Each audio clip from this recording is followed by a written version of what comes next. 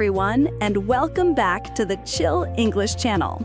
I'm Sophia, and I'm really happy you're here with us today for another relaxed English lesson.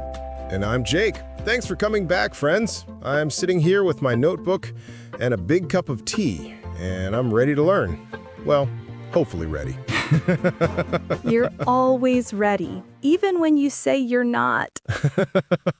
Today, we have a super useful topic, something people everywhere deal with every single day. Something that can feel simple or scary, depending on the situation. Exactly. Today's topic is talking money in English. And don't worry, we will explain everything slowly, clearly, and with many examples. Before we start, we want to remind you to subscribe to the Chill English channel. It really helps us grow and lets you enjoy new lessons every week. All right, let's begin with something very basic. Where do people keep their money? Personally, I keep some in my wallet. Not a lot because I always spend it too fast. I know that feeling. When you see cash in your wallet, sometimes it disappears like magic. So, cash means paper money and coins. Coins always make my pockets heavy. I feel like I'm carrying rocks around. Yes, coins can be heavy. That's why many people use cards instead. They're lighter and easier to carry. But there are two kinds of cards, right? I always mix them up. Debit card, credit card. My brain gets confused. No worries. Let's make it super simple. A debit card is connected to your money in the bank. So if I buy a sandwich with my debit card, the money goes away immediately. Exactly.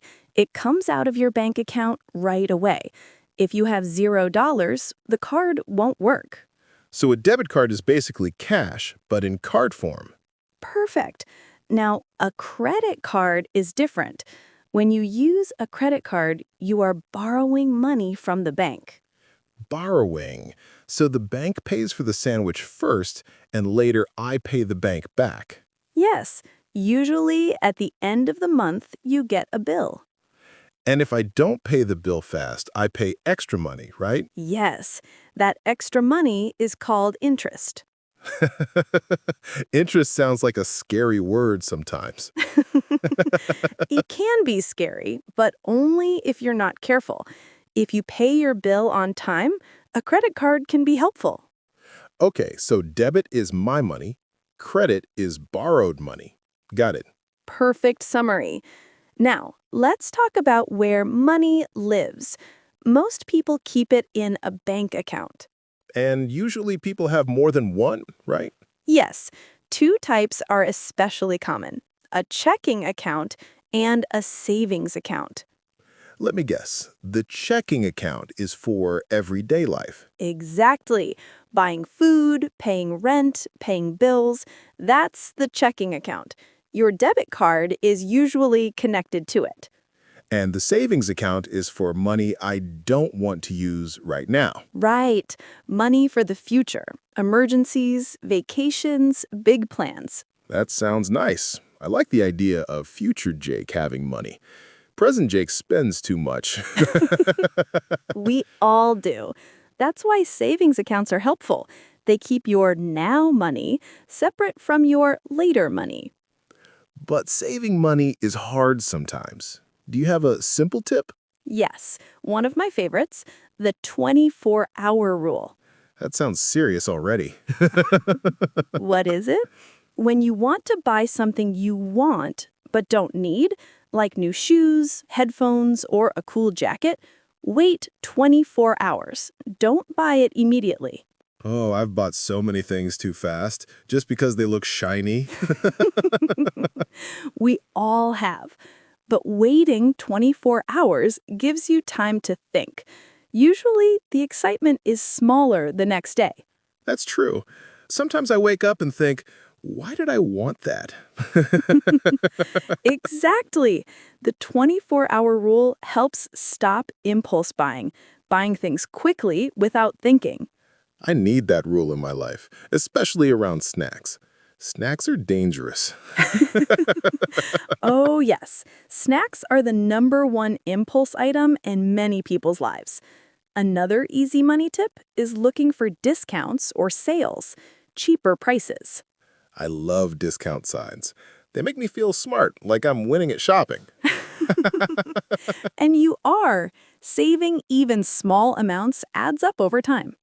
Today we covered cash, cards, accounts, and saving habits. I'm already feeling more confident. Great, because next we'll continue with practical money expressions, simple exercises, and useful examples you can use in real-life situations. I'm excited. Money vocabulary is starting to feel friendlier and less scary. That's the goal. Let's keep this calm and simple as we move forward. All right now, let's keep going and explore more useful English for talking about money. We already talked about cash, cards, and basic saving, so now we can move into everyday expressions people use when they handle money. Yes, and this is the part I really need. Because when I go to the bank or when I check my bills, sometimes I don't understand the English words people use. And then I just smile like I know it's happening. I think everyone has done that at least once. Let's start with a very simple but important word, budget. Budget means a plan for your money, right? Exactly. A budget is a plan that shows how much money you have, how much you spend, and how much you want to save. But do people need a big, complicated budget, like a huge spreadsheet? Not at all. A simple list is enough. Something like food, this much, rent, this much, fun, this much. Easy and clear. I like that. My old budget was just try not to spend everything. Well, that's a start, but a real budget helps you see where your money actually goes. For example, maybe you think you spend $20 on coffee, but when you write it down, it's actually $80. You're literally talking about me. That's me. I am Coffee Man. Many people are, but a budget helps you understand your habits. And when you understand your habits, you can make changes. Okay, let me try something. Food, $200. Coffee, $1,000. That sounds very honest. And that's the first step, being honest with yourself. So after making a budget, what should people do next? A good habit is to track your spending. That means writing down everything you spend or using an app. Everything? Even small things like gum? Yes, everything. Those small things add up fast. You look at your list and suddenly think, wow, I bought gum 12 times this week. That would be embarrassing, but helpful. Exactly. Let's introduce another useful phrase, living within your means. I've heard that before, but I never knew what it meant. It means spending less money than you earn. Oh, that makes sense. So if I earn $1,000 and I spend $1,200, I'm not living within my means. Right. You're going into debt. Debt, that means money you owe, right? Yes. Debt is money you must pay back. Many people have debt, like student loans or credit card debt. Debt sounds stressful. It can be stressful, but it's also normal. The important thing is to manage it responsibly. So living within your means helps you avoid too much debt. Exactly. And now, let's practice with a simple exercise.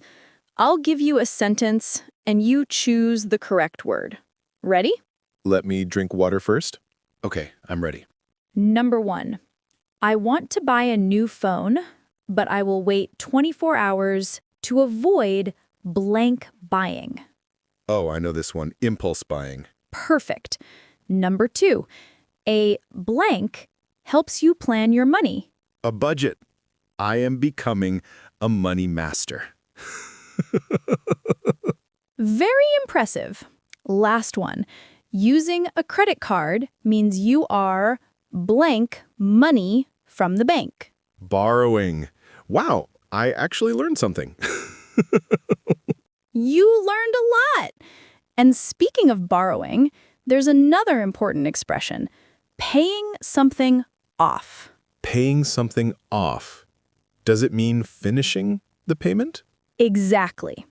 If you borrow money, you pay it off slowly over time. So if I borrow $500 for a new computer and I pay $50 every month, I am paying it off little by little. Perfect example. And when you finish, you can say, I paid off my computer. That sounds like a great feeling. It absolutely is. Now, here's another helpful topic. Needs versus wants. Yes, the difficult truth. Needs are things you must have to live. Food, water, rent, medicine. Wants are things you like but don't need. New clothes, video games, snacks, fancy drinks. Ouch, you said snacks with so much confidence. You've been watching me at the supermarket, haven't you? Maybe just a little. But it's okay to buy things you want sometimes. You just need to know the difference so you don't overspend. Overspend means spending too much, right? Exactly. And if you overspend, it becomes harder to save. Speaking of saving, do you have another easy rule besides the 24-hour one? Yes, the 50-30-20 rule. Sounds like a math quiz. Don't worry, it's simple. It means 50% of your money goes to needs, 30% goes to wants, and 20% goes to savings. That's actually very easy, and it gives a clear picture of where the money should go. Yes, and people can adjust the numbers depending on their life. I think my version would be 50% needs, 30% snacks, 20% coffee. That is a very Jake-style budget, but maybe not the healthiest one. True, but it's honest. And honesty is the first step toward good money habits. Now let's practice a real-life situation. Imagine you're at the bank. You want to open a savings account. What would you say? Hello, I want to open a savings account. Perfect. And then the bank worker might ask, what type of account would you like? Or do you want online banking? Online banking makes everything easier. No long lines, no awkward small talk. Yes, online banking helps people check their balance, move money, and pay bills from their phone. Check their balance means seeing how much money is in the account, right? Exactly. And paying bills online is also very common. This is really practical.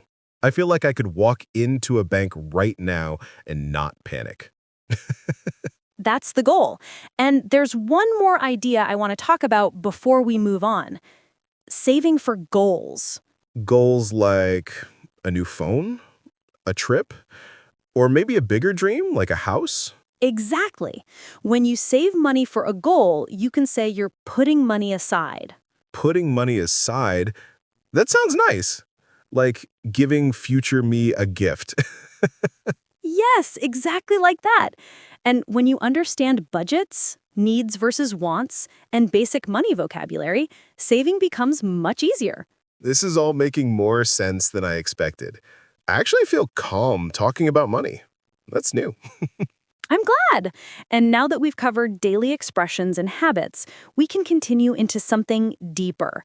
How to talk about long-term money choices and building a stable financial future. Ooh, big words. Long-term, future, stability. I feel like part 3 will be very powerful. It will be helpful, I promise. Let's move into it gently and continue building your confidence.